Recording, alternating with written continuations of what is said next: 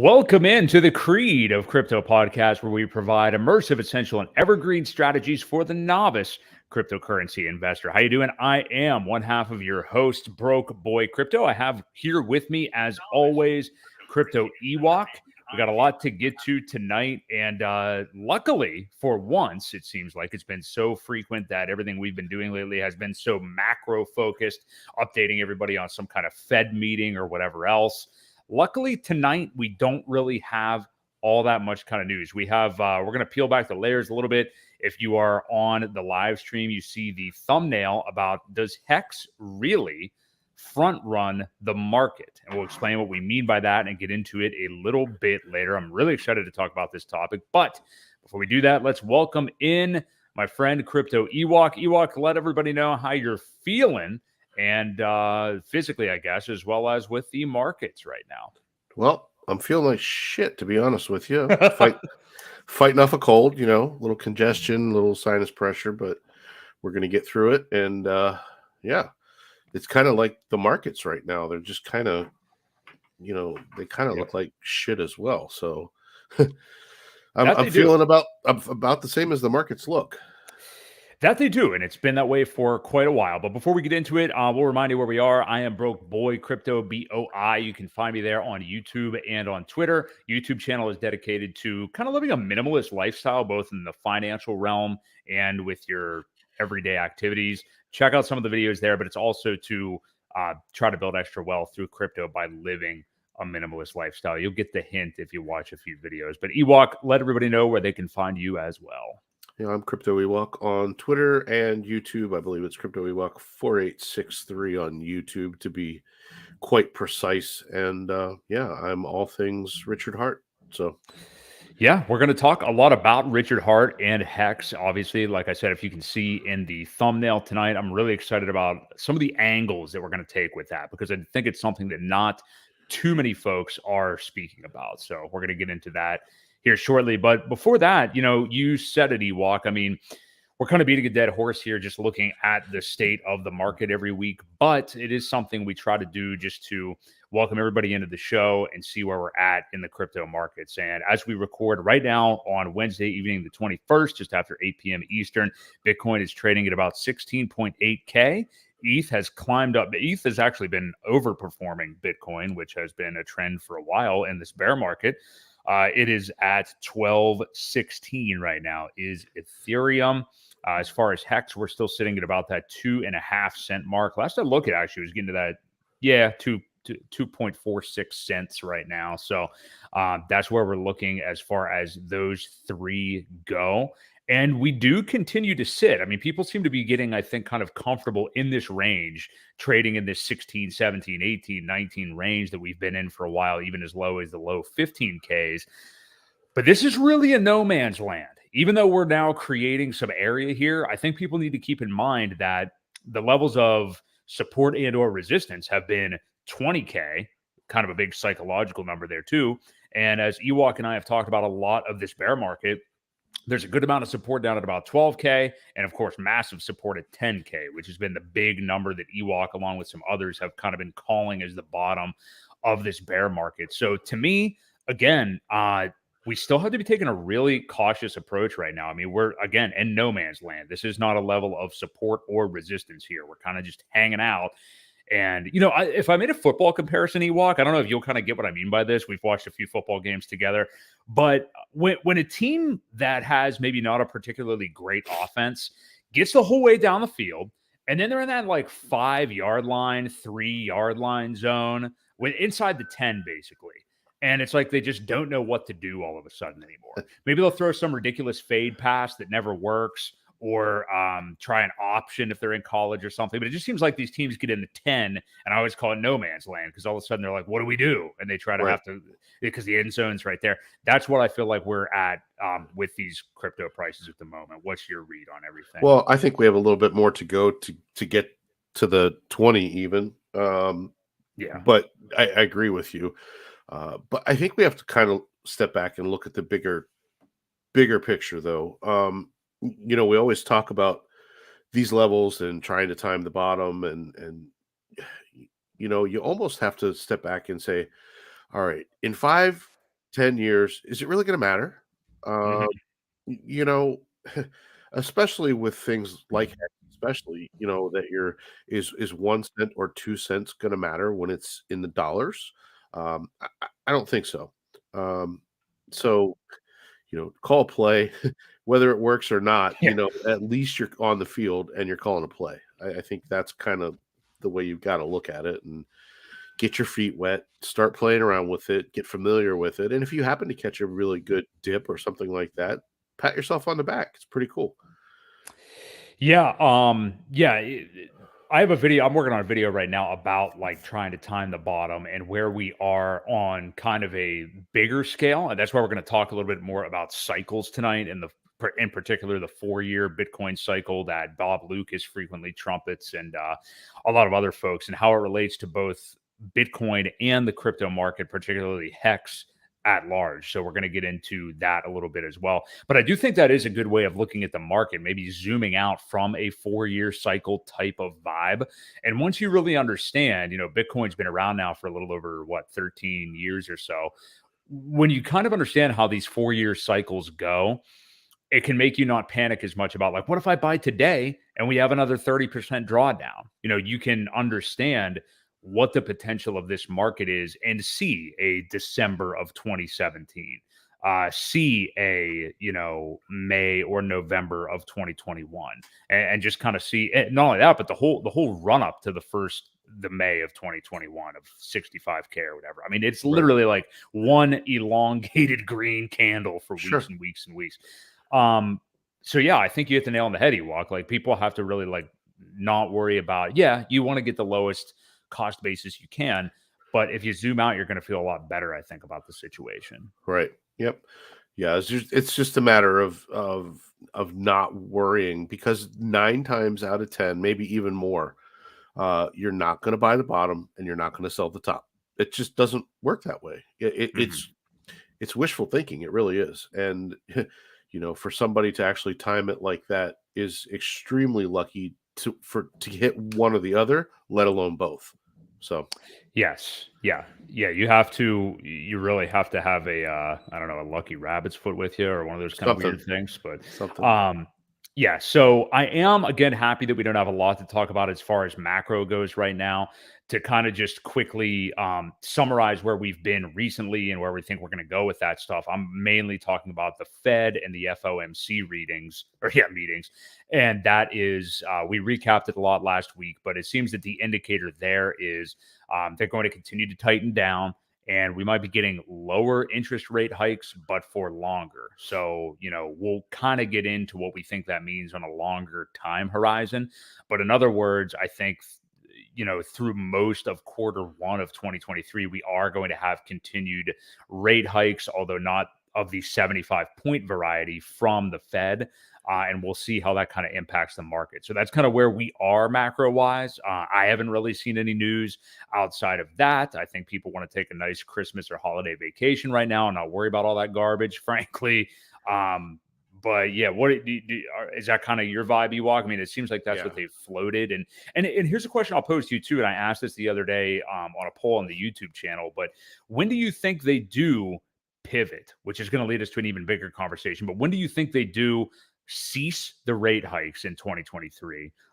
We'll just start there. When do you think they stop with hiking rates? Um, I March, April, maybe. Hmm. Um, another, what do we have? January, February. We'll see how it plays out those 2 months. And then maybe March. They could start to pivot.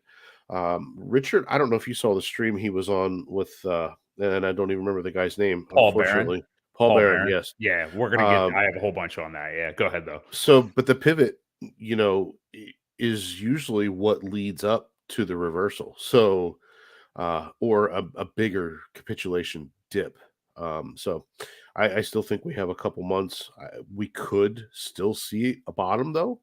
Uh, I don't know, man. It's just weird.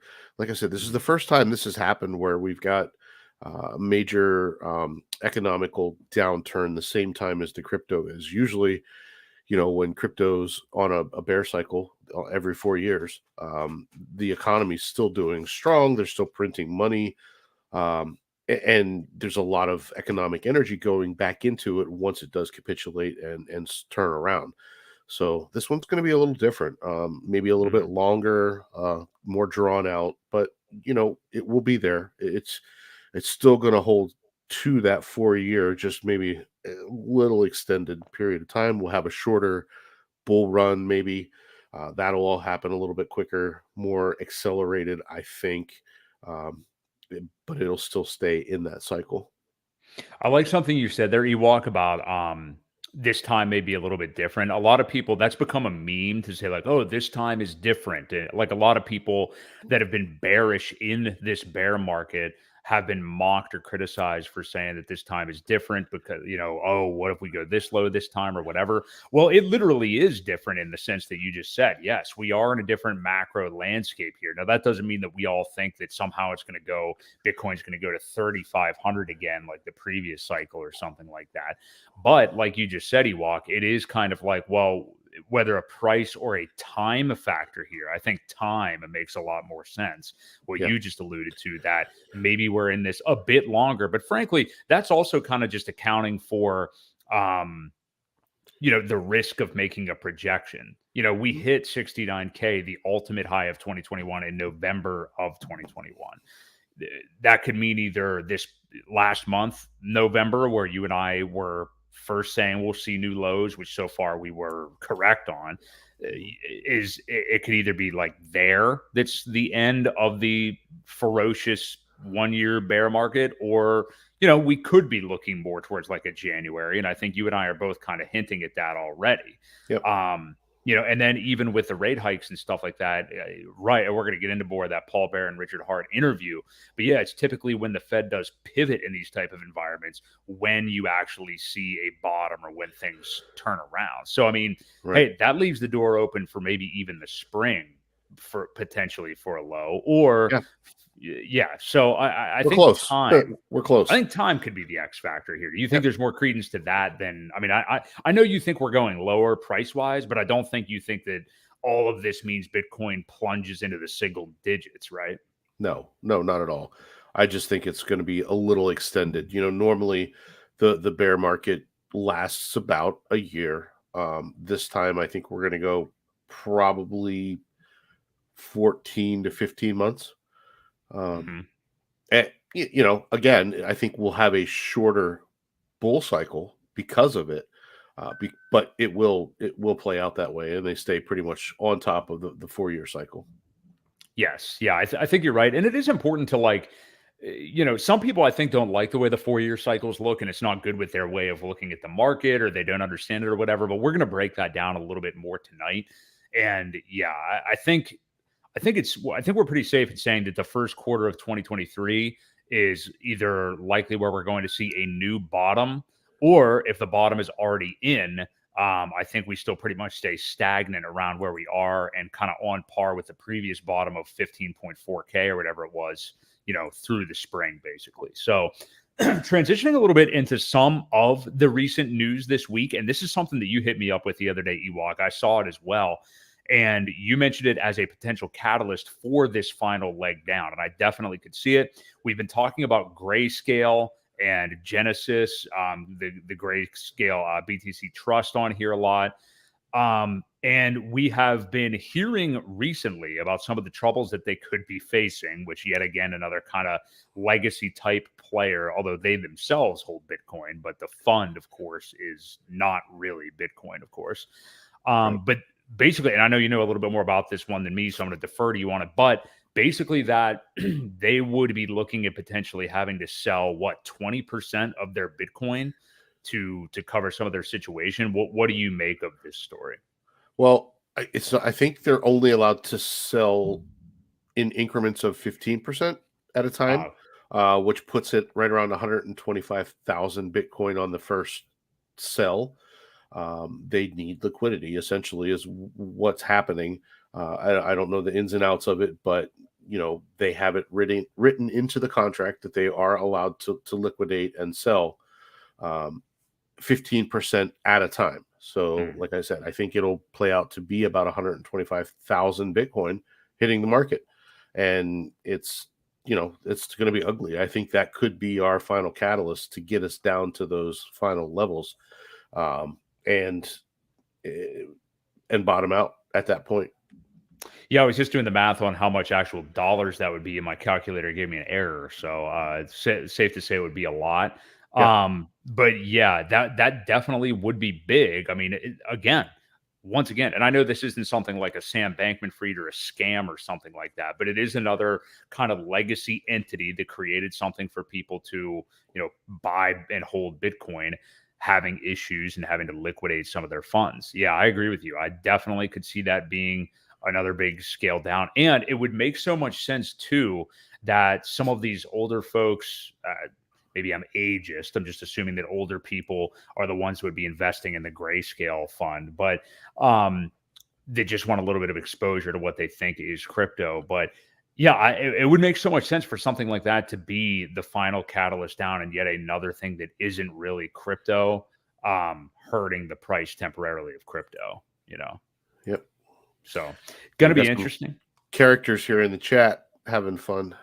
Oh yeah, Any of you are moderators, take care of them, please. yeah. Go ahead. I'm not seeing any on my side, so they must just be hitting you up tonight. But yeah. So we will see what news does develop on that. It's definitely one to keep our eyes on. I mean, there's been rumblings about it now for over 4 weeks or so, I would say. So any one of these days we could see something pop up, maybe here in the new year. Yep. So I don't think it'll take too long. They're gonna want to get their liquidity straightened out. Digital Control Group needs, like I said, they need the capital. They need to get some things worked out. I would think that they would want to take care of it this calendar year, but we're almost running out of time, so we'll see how that plays out. Yeah, they got about a week if that's what they want to do. But there is Exactly. potential. I think there's potential for this to be one of the biggest stories, and we hear about it primarily in the crypto headlines for a few weeks if this were to happen. So we'll definitely keep our eyes on that story. Right. Another one I wanted to ask you about, and this one comparatively kind of flew a little bit under the radar this week. News is weird right now because, again, we are heading into the holidays, and I think people just kind of want to, in the crypto verse anyway, kind of want to just get through this without, an SBF or a Terra Luna or, just another disaster. But I did see that CZ, who has been making so much news the last few weeks, whether just with how he's acting or things that Binance is doing or not doing, or who is or isn't auditing them, or if the audits are even real, and yada, yada, yada. I saw that they are acquiring the leftover, I think it was Voyager assets. I keep confusing them and Three Arrows Capital. But that they are acquiring the rest of the Voyager assets, basically meaning that those people will not be getting their money back.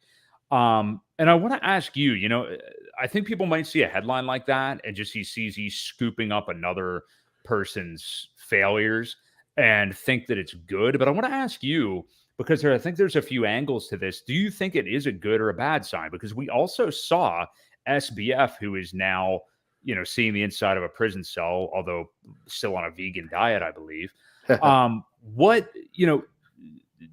We saw him gobble up a lot of different entities and funds leading up to what ultimately happened with FTX. So there's been some interesting stuff going on with Binance, and I'm, people throw the word FUD around, and I'm not trying to do anything like that. I just am curious. We see CZ go out, and I think he stated that they were audited by this entity, and then you uncover that it was only audited under the terms that CZ provided. And then it's like, what do we even know about these auditing companies anyway? I mean, you can really go down a rabbit hole there. But what do you make of CZ and Binance acquiring this stuff? And what do you think is really going on under the hood with Binance? Well, I think the play is to kind of create that monopoly. The fewer competition that CZ has, the easier it is for him to capitalize on the market. We always preach, not to leave your money on exchanges. So essentially, when that happens, that's when they're making their money, is when you're doing your trades, when you get in and out, when you perform trades. And when there's other things out there that you have an option for, that takes from the possibility of their income. So Mhm. I think it is, potentially CZ is walking. Well, yeah, I don't know. I don't know if they can say, all right, no more. This is getting too monopolized. I don't know if anybody will step in regulation wise or not. But it could be a bad thing if they continue to go that route. So we'll see what happens. I don't know. I don't think it's a good thing. I do think if they buy up Voyager's positions, though, um, I do think it gives people that were invested or lost some money the possibility of getting some back. So it Mhm. could be a good thing for them at least a little bit. So we'll see how that all plays out. Yeah.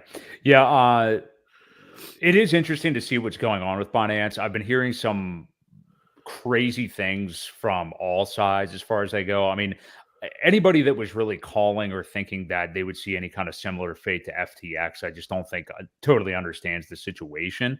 But there's enough to have maybe some slight concerns about Binance, maybe long term. But hey, I mean, after all, though, you and I and anybody who really understands crypto is going to preach forever, and we're preaching to the choir, but to not have your stuff on there anyway. So it's an Yep. in and out mechanism. And if you are a trader, and I mean more of like a day trader on one of those platforms, that's the risk you run. I mean, other than just like not doing well trading, you also run the risk of that's not really your money anymore. So, True. if Yeah. that's what you want to do, then Yeah. more power to you. What did I more think. Hex? There's Well, something more Hex said there you want to highlight? no, but I think using something like a decentralized exchange, like a Uniswap, is definitely the safer way to go. Yes, Yeah. you may not get the order execution, or the low fees, but you're not going to lose your money either. So Right. something to think about. You take the good with the bad. It's a lot more safe to do something like that and play around with it rather than keep your money on exchanges and hope for that IOU.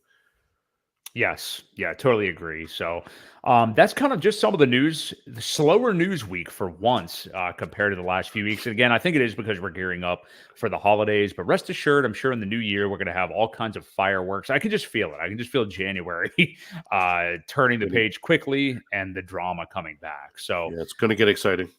yeah. So it'll be interesting today and next week, which will be the 28th in between Christmas and the New Year. I think we're going to have a couple, if the news allows us, I think we're going to have a couple kind of evergreen market episodes here to talk about, which frankly are my favorite. That's the stuff I like to focus on my YouTube channel too. But let's turn our attention to this Richard Hart interview on the Paul Barron Network. And I've watched some of Paul Barron's videos in the past. If you're not familiar with him, I think he's a little bit more like old school crypto, and he'll do a lot of videos. I know he's really interested in like some of the GameFi space, and I've seen him make like a GameFi portfolio with like 15 different GameFi tokens in it, and I just thought, wow, that's way more than I want to get into. But I will say this: high quality content in terms of like his studio and everything. I think he's a good interviewer and a good speaker and Mhm. stuff. I frankly was surprised myself to see him welcome Richard Hart on. I know that his fans asked for it, which that doesn't surprise me. Right. But well, I mean, watchers of Paul Barron Network requested it. But um, I told you, Ewok, I was surprised to see him on there because I've watched Paul Barron a couple of times over the last year, and I specifically on multiple occasions saw people within his chat asking about Hex and him literally scoffing at it and just kind of a dismissive, come on, guys, don't be buying Hex. And, now he's interviewing Richard Hart. Yeah. So everybody's allowed to kind of change their mind. I don't think that necessarily means Paul Barron is a 100% Hex allocation now, but No. it's good to see him talk to Richard anyway and see the light. And I think he was genuinely interested in a lot of Richard had to say and understands that it's not just like the outfits and the, PP talk and all that stuff, and that there's actually a lot of knowledge there. But let's go to the point that you were bringing up earlier, Ewok, and that was Richard saying, and we value kind of his opinion on Bitcoin because he's done so well calling prices in the past, but stating that he does not, of course, still believe that the lows are in. He gave thoughts on the Fed pivoting, which you were talking about earlier, is usually when the bottoms happen, and that this could last a little bit longer into 2023 because of that. So, what was your impression of some of what Richard said here? And we talked a little bit about it earlier, but it was nice to hear him say that because that's kind of what I have been thinking and believing myself. So. Well, right. And, we kind of already covered it, but, he said that the normal, when the Fed pivots like that, that's when you see the capitulation after the pivot. So not before, but after. So again, we've got a ways to go to get to that point. A couple more months of rate hikes, but that's what his point was, that usually when there is a pivot, the downturn in the market happens after, not before. And another point that I had on that is he had also said, I'm losing my train of thought here. I'm trying to think of what I was going with. It was interesting because the way he said it, I was just trying to pay attention to the nuance, was that he said it in the way he was like, I'd be a lot more comfortable calling the bottom right now if this stuff wasn't also happening, which made me think that he gave a little wee bit more credence. I don't think he believes it primarily, but he gave a little bit more credence to the bottom potentially being in than he may have before. And I think that's probably a time thing because we are a month removed now from a full calendar year of being in the bear market. But yeah, look, I wanted to see that. Yeah, what was that comment? Go ahead and flash that back up there. Well, Johnny said 6 to 8 months after the pivot is what he said. I didn't think it was quite that long, but Johnny Chaos knows his stuff. Yeah, I don't know if he meant it as far as a bottom or if he meant like the start of the market turning around. I'll have to actually check that out again. Somebody I want to call out actually that is a Hexagon, and frankly, I had never heard of him before, and I sent you the stream of Crypto Coffee 7? and him the other day. Yeah, I love Crypto 7. His stuff is so good. And he does this awesome thing where, and I think it's better than a lot of other folks I've seen, where he kind of breaks down Richard's streams or interviews and really calls out nuances like that. I just watched his stream today where he was talking about some of that. He does a really, really good job kind of looking at the nuance of some of those streams that Richard is on. So shout out to Crypto 7. I'm definitely a fan. Yeah, that was a good stream with him and Coffee as well. So very good. Yes. Yep. Yeah. Had a little bit of technical difficulty somewhere in there, but yeah, it was definitely really, really good. So shout out to Crypto 7 there too. And speaking of him, this is what I kind of wanted to get into a little bit more. What he was talking about today was the idea of the 4-year cycles, which again, Bob Lucas, you can find him on Twitter. It's Loukas. He likes to hate on Hex quite frequently. I think whenever he wants attention or something, I'm not really sure. But he is a big proponent and the creator, actually, of the Bitcoin 4-year cycle. And he references them a lot, talks about them a lot. And Richard, I think, is a believer in them and has gone by them in the past. What I want to ask you, Ewok, is, we've been talking about the 4-year cycle from a Bitcoin perspective here a lot. But I want to get your thoughts. The thumbnail of tonight's episode is, does Hex front run the market? And that's what we're going to get to right now. Richard would never, should never, can't ever, and Crypto 7 was talking about this today, is not going to come out and say the Hex bottom is in. Right. That would be a massive violation. He'd be in a lot of trouble. He knows not to say that. But we heard from pretty good sources. I don't know why he would lie, but Miguel, Dollar Cost Crypto, whenever Richard did come to the States there back in the early fall, I think it was like September, October, him and Miguel were hanging out, and it sounded like from Miguel that maybe over some bar talk or whatever, Richard kind of thought that the bottom for Hex was in at about 2.8 cents or something at the time.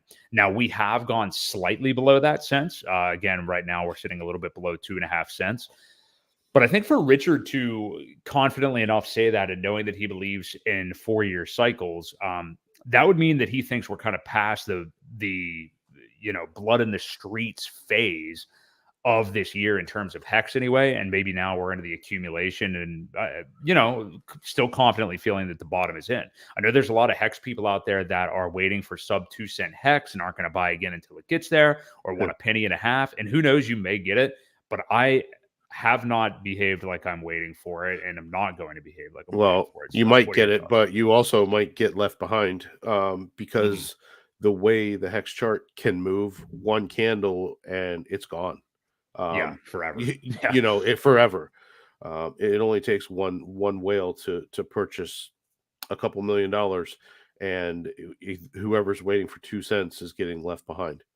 It just that it's happened before. The very first upcycle that we had, it happened several times where people were waiting for a pullback. They got a small one, and then just another crazy buy candle just put it up to new all time levels. So I wouldn't wait around. And you're right. Richard can't say things like that. He could get himself in a lot of trouble. But that's what we're here for, to say that yeah, yeah. We can we can joke. say it. We can say it. It's not gonna hurt anything. But other than saying not financial advice, but I Right. think we've pretty much bottomed out. You might see a couple dips here and there. Somebody just decides to dump 10 or 12 million for shits and giggles, or because they're tired of waiting on Pulse Chain. And to answer Stizzy Jones' question, what are the chances of Pulse not releasing in 2023? I think all of 2023, if it doesn't happen, uh, very slim to none. Um, I don't I'd think be it's surprised. Yeah, I would be yeah. If surprised it by that. doesn't launch next year, there's going to be some very upset people. Um, No, there so already are too. So, well, yeah. yeah, but But, I saw whatever, I don't know if what her name is totally, but Hivid Hex. I know you know who I'm talking about on Twitter. She tweeted something today that was an interesting thought that I didn't really think of, but basically how obviously there's so many people, just to do a quick detour on Pulse Chain, that are upset that it isn't out by now, and definitely thought it would be out by now. Think if it did come out earlier this year, like in May, which I know was a big month that people were thinking, like May to June. What would we be thinking right now? I mean, the market, let's just pick May, because that's what a lot of people thought. Well, we saw Bitcoin absolutely tank in June, and the rest of the market just totally tank, like just yeah, the worst thing ever by June. And then you thought it couldn't get much worse. It gets way worse recently in the fall with FTX and everything. So if Pulse Chain sits here now, having a shelf life of 6 months or so already, I mean, people aren't exactly like super happy at this moment still, I don't think. I mean, like, it'd be more bullish maybe than not having it, but I mean, like, it just feels more optimal that it launches more around that this territory, right? well, yeah, I think so. I think also it could be the catalyst for the start of the bull. Yeah. I, it could bring enough excitement and new investors into it to trigger everything else. But we've got to have that other stuff happen first. You Yes. know, Yeah. we got to have the final capitulation to get down there. I don't want. Hopefully, it's not battling each other. You got one going up and you got one going down, and it's just kind of um, fighting each other back and forth. I want everything to capitulate down, Yeah. realize get our bottom, and then we can kind of move on and go from there. But That's yeah, the I exact. I think Go May is a good target. I think if we get testnet version 3 in January sometime. I was hoping by Christmas, but it seems that they're pretty close with some of the updates that I've seen out there. We're going to get there shortly. Yeah. I want to cover Yeah, that tweet Richard sent. Yeah. but I mean, I think we could be looking at January release for that, and if everything goes well and they don't find any major bugs in the month or two, maybe 3, then we're looking April, May even for that launch. So we'll see what happens, but it's positive. It's Mhm. one day closer than it was yesterday. Yeah. I want to ask you, kind of finishing off on the 4-year cycle idea with Hex and Bitcoin. So, obviously, the Hex, and this is what we're talking about with Hex front running the market. I mean, it's indisputable at this point that Hex's bear market really started after the top of 56 cents in September of 2021. Right, right. Obviously, Bitcoin was not till November. So, that's a full 60 days, which is, Bob Lucas is also a big 60-day cycle guy. So, 60 days is also an interesting number as far as days and cycles. So now that we sit here in December of 2022, um, with the wiggle room of, understand that there's not total exactness in these cycles and in these projections. Yeah, it would make a lot of sense that Hex has now moved on to the phase after the initial bloodbath and is now more towards the accumulation phase. And we may Yep. not see, even a 50% dip from here on out. Like we might just be in that accumulation phase. And it was at 3 cents and 3.5 cents for so long. Now we took almost a 50%, not quite, but almost a 50% haircut from that 3.5 cent range. So, Right. you've got those prices right now. We could be in that accumulation phase already for Hex and never go below 2 cents. I think that people, it does kind of remind me of some of those other times where like in Hex, I think because a lot of people might have been there since the beginning and expect the worst with a lot of lows and stuff like that. I think that there might just be more propensity for them to think that there's going to be penny Hex than maybe people thinking like 9K Bitcoin. It just seems like they're more wired for like what they could scoop up. Well, I think, the one thing, the beauty is that there aren't really many Bitcoin Hex trading pairs anywhere. Yeah. So the Bitcoin price won't really affect it. Now, that being said, there are a lot of Bitcoin Ethereum pairs. So Bitcoin will bring down Ethereum. There are some Hex Ethereum pairs. But the majority of the liquidity is still tied with USDC, which is a good thing. So I don't see that final capitulation for Bitcoin. When that happens, I don't see it hurting the Hex price too awful bad. We might Right. get a dip down, but again, still think there's so many limit orders set in those 1.5, 1.8 cent range that if it does dip that low, it gets bought up immediately. So it Yeah. won't stay there, and I'm pretty sure we have hit a floor at least anyway. I think you're right. I think that 1.8 to 2 cent range is kind of like the 10K range for BTC. I just think that there's such a huge wall there of support that we probably won't see below that. We absolutely could, but I think it would be a strange scenario and only like very, very quickly or something like that. So, I mean, yeah, if you want to wait for that and set a limit order, that's totally fine, but just be prepared that it's not going to get filled. And I personally would still want to be getting into the market in the meantime. So that's where we're looking at Hex is in terms of the 4-year cycle. So yeah, I think we are getting into that accumulation phase for it. And then as far as Bitcoin, just to look at the crypto market at large, since the rest of crypto is going to kind of follow along with Bitcoin. We've been covering this a little bit this episode, but yeah, I mean, I think you and I still are both of the mindset that we think January might be the new ultimate low. So I think we're in that in between stage right now where, hey, we experienced 2022 already. So like the, terribleness of this year is over in 10 days. I mean, literally it's not going to be here anymore, but Yep. now there could still be other catalysts like that grayscale thing we're talking about that could drag the market down to its final low. But we're at the point now where the downside risk far outweighs the upside reward for most of the things that you would want to get into in this market. That's totally up to you, whatever it is you want to hold for, 5+ years or for the long term. But we're just getting to that point where, like, if you're waiting for that perfect price, it's going to start feeling foolish, I think, over the next few weeks and months. Yep. So, I think, yeah, you're so close enough that it's not going to matter a whole lot. Just like don't blow it all in one buy. Save a yeah. little powder just in case. But now's a pretty good entry point. Yeah, I think you're almost always going to regret blowing it all in one buy, no matter what the price is. Like, I mean, that's like what's the point of giving yourself one out to get something right? Right. I mean, Right. you don't have to DCA every single day and have all these fees be eating up, but at least take different nibbles at it.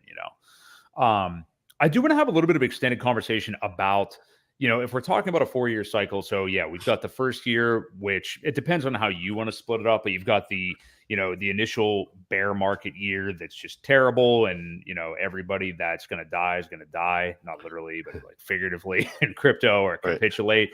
Then you kind of have that boring accumulation year. And that's what I want to focus on a little bit because, again, I think we're on the precipice of it. I think the majority of 2023, when we look back, I'm not just forecasting this. And again, it's not obviously financial advice, but I think a few years down the road, we're going to be comparing 2023 to 2019 as far as the last cycle, where I think most of this year, more so the second half of it, is going to be stagnant, you know, almost where people might prefer a 2022 environment again, as weird as that is to say, if they have long-term conviction in crypto, because at least then when FTX went up in flames and all these other disasters happened, it was like, oh, I got to buy today. Like there's blood in the streets. Right. 2023, you know, you might, some of your favorite assets, you might be like, this is the same price it was a month ago, man. Yeah. Like it probably feels more like crypto is dead than just when things are crashing and you know it's probably a short-term overreaction. When things are just totally stagnant, it's like, how is this ever going to rip again?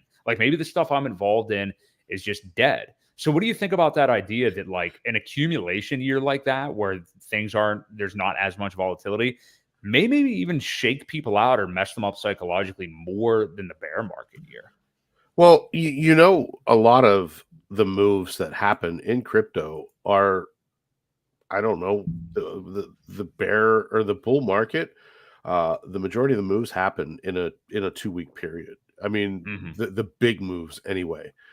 It doesn't. It's not just like a steady huge rise. It's Right. it's that straight up trend that happens in just a few weeks. So I don't think this is going to be any different. It is going to chop around. It's kind of boring, but at least things are going in the right direction. Now, the last bull cycle that we had, Hex was brand new at that point, so we had something fun to do, and it was completely Right. different. But um, yeah, this one's going to be interesting. We'll have Pulse Chain, that'll be new. So I think it'll be good. I think but again, you have to realize that the majority of the moves happen in a very short condensed period of time. It's not spread out over months and months and months of just run up after run up. It doesn't work that way And you can usually. see it in the charts. Yeah, you can really see it in the charts I was mentioning earlier. Like when you look at that first high in 2021, like in May, I mean, yeah, that huge rise up is not a lot of, I mean, just look at like 2019 to 2020, yeah, 2021. It's just, between May and November, and we lost a lot in between those two mountain peaks there. But yeah, very quick rises up to those two numbers. So that's why, like, right now, when people are like sitting here waiting for the perfect buying opportunity, it's like buying anything right now is, and just buying lots of it continuously over the next year, year and a half or whatever, is just going to pay off likely if you're getting into something that isn't going to die. And, as long as your portfolio isn't full of like a million different tokens and you're really educated on what you're invested in, you're Right. probably going to do okay, Yeah. you know? Yep. So that's just something to remember. Like, these prices, even though we're sick of them at this point, and it's like, oh yeah, 2.5 cent hex. Well, man, I mean, like we're going to be sitting somewhere in 2025 where that is a distant, distant memory. So sometimes, the perspective thing never gets old, I find. Like with me, I think everybody needs that reminder every now and then that, because we wake up every day and we see these same prices and you get bored and tired of it, you got to have that proper perspective. So Yep. You hopefully do. we kind of provided a little bit of that. So, Hopefully. but let's get to that pulse chain tweet from Richard Hart, Ewok. So, I know it was full of a lot of like dev speak and stuff like that. I've heard a few thoughts on it from others that I'll share here too. But what were your takeaways from that, and what do you think it means as far as a time frame? Actually, if you want to pull it up maybe and share your screen, I don't know if you have it or not. I'll try to get it up too and put it in the chat. But what were your takeaways from that update from Richard Hart? Other than I'm glad that he shared it, and it's nice to have him provide updates. Well, yeah, I think it was just a good update. I think it was needed by the community, whether we understood what it meant or not. I think it was good to hear from him some some of the technical updates, which then other people could dissect for us and tell us Yeah. what what did that really mean? The beacon chain and the light was it lighthouse? I forget what some of the terms were. If you have it, and go ahead and share it if you want. Oh, I'm looking. I'm still looking. Yeah, he's been tweeting a lot, it looks like. So I'm still kind of scrolling down. I but cannot find but it. Go ahead. yeah, it's beyond my technical knowledge anyway. I know there was something about the Explorer in there. There was something about the what he was talking about was because Pulse Chain has so many more coins than Ethereum. They're changing the integers so that Right. the digits make sense. Um, so that was part of it. There was I forget what else You there pretty much was, nailed it all. I but found it. I'll just read it real quick. It was just Pulse Chain update, working on mods to Lighthouse prerequisite for Beacon Chain Explorer, similar to what has done to make Prism work with our larger integers, which don't fit in their standard unit slots. Also, more AMM fix. Unless you're a dev, it's mostly gibberish. So one thing that I thought was an interesting thing to say. Again, I'm loving the Crypto 7 content, but he made, he's obviously not a dev either, but he made the point that, if you're going to talk in specifics like this, anybody could just start calling it out and knowing whether something's BS or whether it would really take this amount of time, So to put some specifics out like that, I right, think is a it good was a good thing. sign. Yeah, for sure. Yeah. And even Yeah. just those little updates, menial as it may sound, or I think they're good. I think they're needed. I think people need to hear that things are being worked on, and progress is being made. I, there are some people that understand it. So, you know, Hmm. there are also people out there that could probably say, "Well, I'm going to pretend like I sound like I know what I'm talking about," and FUD the hell out of it too. So you got to be careful I was on just that. thinking that too. Yeah. Yeah. Yeah. People are So always going to be there to do right. that. Yeah. Yep. So you got to be careful there. So that's the big pulse chain update. I mean, we'll see. I know a lot of people are expecting basically just I'm really excited for Q1 of 2023 for multiple reasons. I mean, we both think that there's probably going to be some other shoe to drop, whether it is some kind of activity with the Mount Gox stuff for the market, which we forget about that stuff sometimes. This grayscale stuff. On the positive side, Pulse Chain actually launching. And Ewok right there, and I'm surprised you missed this, but you were talking about different little positive things to be doing in that boring accumulation year in the bear market. You were talking about Hex the last time, Pulse Chain this time. I'm surprised you left out minting Zen, which I know is something that you and I both did on day one, Yeah.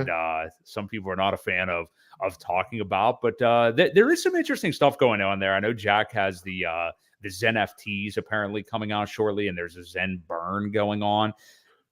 I'm interested to see just from a distance. Neither one of us are like Zinnians, or I don't subscribe to any of the I'm in this camp or that camp. I just am interested in crypto, but Right. it's going to be interesting, kind of over the long term, to see what happens with Zen as it does stop being so inflationary. Well, and I think that's one of Yeah, the things that I had mentioned to you some time ago, even at the very beginning, after a week or so, I said they're gonna have to create something that right.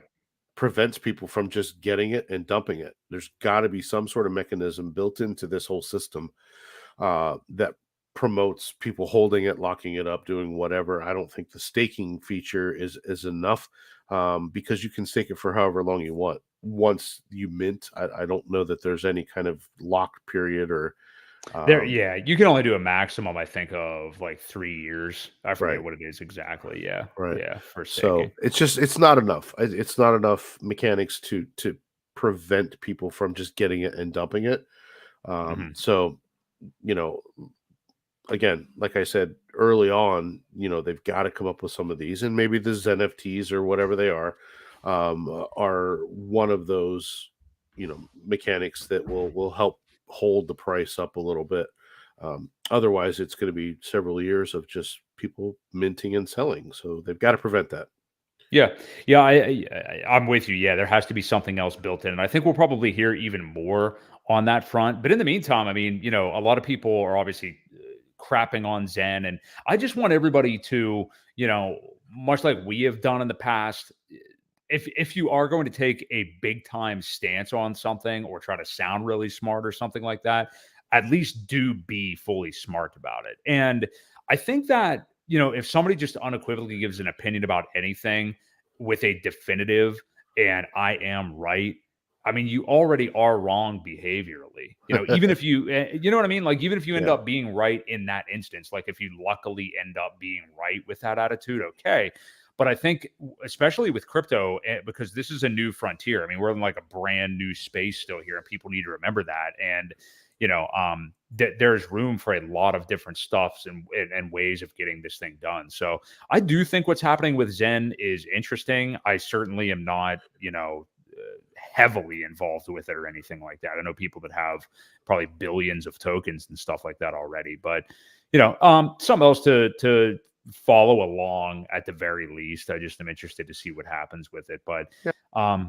Yeah. Yeah. And I think I was very, democratic about it. And, when I still got a lot of grief of not reading the white paper when Well, we it's partially me. That was it. partially my fault. I mean, I But purposely made a clickbait video. So I know, but it's still it's okay.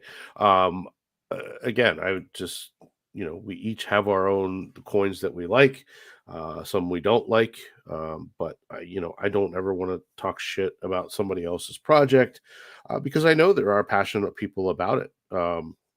You know, and we have our passions too, like Hex and Pulse and things like that. So not everybody feels the same about the projects, even though um, I think ours have a lot better mechanics behind it, and the price chart that shows what it can do and what it probably will do again in the next cycle. So until we see something like that out of some of those other tokens, well, right.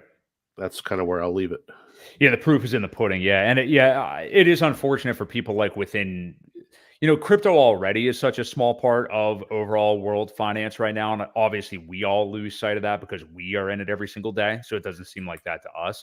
But then within crypto, you've got like legacy CeFi, I want to take your money people, and then you have like true DeFi people, and then within DeFi, you've got like, well, this guy's a Hex guy, this guy's a Zen guy, this guy, you know what I mean? So there's Right. all these different camps, but I think as far as we can get down to like DeFi and people that are really interested in true crypto, at the end of the day, we've got a lot more in common than we have different, I think, anyway. Sure. So, Yep. yeah.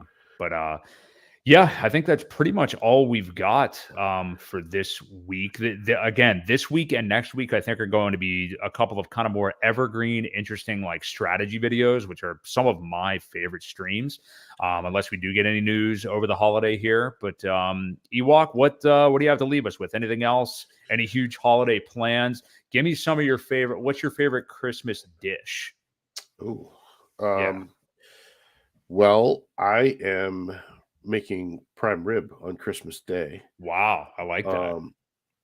Be going to both sets of grandparents for my kids Saturday, then Christmas at my house, and then Monday at the other grandparents. So lots There of you good go. food, lots of traveling. Daughters visiting from down south, so get to spend some time with them, and yeah, it'll be good. I'm just looking forward to safe travels and enjoying the family time. I love the prime rib idea. I mean, I don't. Yeah, I honestly haven't heard that one before, so that's pretty good. I know ham is obviously a big thing more for Christmas. right. Yeah, I don't. It's funny when I was younger, I would have chosen ham over turkey any day of the week, but I've now gone more towards the turkey side. But yeah, I'm sure I'm gonna have turkey and ham. I'm gonna repeat the same thing I did for Thanksgiving. I love green bean casserole. So if somebody is Yeah, serving that, I'm definitely going to eat it. Happy holidays to you as well. And everybody, of course, watching. I feel like I had one other thought. One other thing I wanted to ask you, Ewok. yeah. Out of your whole life, anything that you can remember, favorite singular Christmas gift you ever received? Can be something from when you were a kid that you Oh were really man. hoping for. Yeah. I'm trying to think of my own. You know what? The biggest memory I have is actually something I thought for sure I was getting, like for sure. And this is when I was already past the Santa thing. I was like, they definitely got me this. All I've done is ask for this all winter long, and I didn't get it. I will reveal it after you. I'm trying to think. I think I'm pretty sure I got an Atari for Christmas one year. We're already in the same wavelength here. Atari 2600. It was top of the line at that point. Now you're dating yourself here. I know. A lot of our viewers probably don't know what that even is. Don't even know what that is. Yeah. I'm trying to think. That's a good gift. Yeah, it was. That's probably the one that stands out the most. Yeah. That I can think of off the top of my head, anyway. Well, funnily enough, what I'm referring to that I did not get. I mean, I thought for sure, I was like, clearly, I put it in my parents' head. Spoiled brat that I was, that I wanted this. And it was I already had a Sega Genesis, so I'm dating myself more recently, but that, it was my first ever real gaming system. And I wanted the Sega Game Gear, which was a handheld Sega that, you can play Sonic on it, all like the classic Sega games. And I was like, all I've done is talk about wanting a Sega Game Gear. I know that's what they're getting me. And I didn't get it. There was no mention of a Sega Game Gear. I think I was so upset that I just didn't even bring it up. It was so weird. I can't tell you what age I would have been then, but I thought for sure I was getting that Sega Game Gear, and it didn't pan out. So, thanks, Mom and Dad. That's right. Lasting memories. Jeez. I'm sure there's one I really loved too. I'm just blanking right now. The negatives. You have that negative bias in life. You always remember the losses more than you do the wins, right? So, the Sega Game Gear is mine. So. Yeah, I had that as well, Johnny. I had Pong. Pong was the first one. Just the two dots and the paddles and the ball going back and forth. That was right before the Atari. But yeah, man, I do remember asking for a 4-wheeler for year after year after year and just never got one. So that's a pretty big ticket item, though. That's that was a big expectation. That was a pricey one for sure. I've been actually brainwashing my son with Sega Genesis lately. I've just been showing him like Road Rash, like people doing playthroughs of Road Rash and Sonic, and man, what else did I play? The Aladdin game. The Aladdin Sega Genesis game was one of the best Sega Genesis games ever. We used to stay up all night playing PGA golf. Ooh, like nice. we bet money on it. Like we got into it. Right. Seriously. Yeah. We were pretty into it. Yeah. There's the two systems that really stick out for me in my childhood was Sega Genesis and PS2. I feel like I played PS2 for so many years. But yeah. Not the Nintendo? Walk down memory lane. No, never had a Nintendo. My friends all had Nintendos. Nintendo and Sega was like PlayStation and well, I guess I was N64 too back then. PlayStation and N64. Or no, Xbox, my bad. Xbox and PlayStation. And Nintendo and Sega were kind of like the enemy. So I grew up a Sega boy. I remained a Sega boy. And then was a PlayStation boy. So that was pretty much me. Master of Monsters. I don't remember that. I don't know. I don't either. Okay. All right. I'll have to look that one up. Okay. Well, hey, this is a good way to wrap up the show. I think we'll have to maybe we should do this more often. Childhood memories to wrap up the podcast. But we will be back next Wednesday, same time, same place, 8 p.m. Eastern Standard Time on the 28th after Christmas and before the New Year's. We'll see if we get any more crypto news in between then and now and then, whatever. And otherwise we'll have a nice evergreen episode for you guys. So I'm really excited about it. Happy holidays. Merry Christmas to all of you. Hope you have a great time with your families. Yep, absolutely. Subscribe to us if you find us on YouTube at Broke Boy Crypto or at Crypto Ewok, on Twitter as well.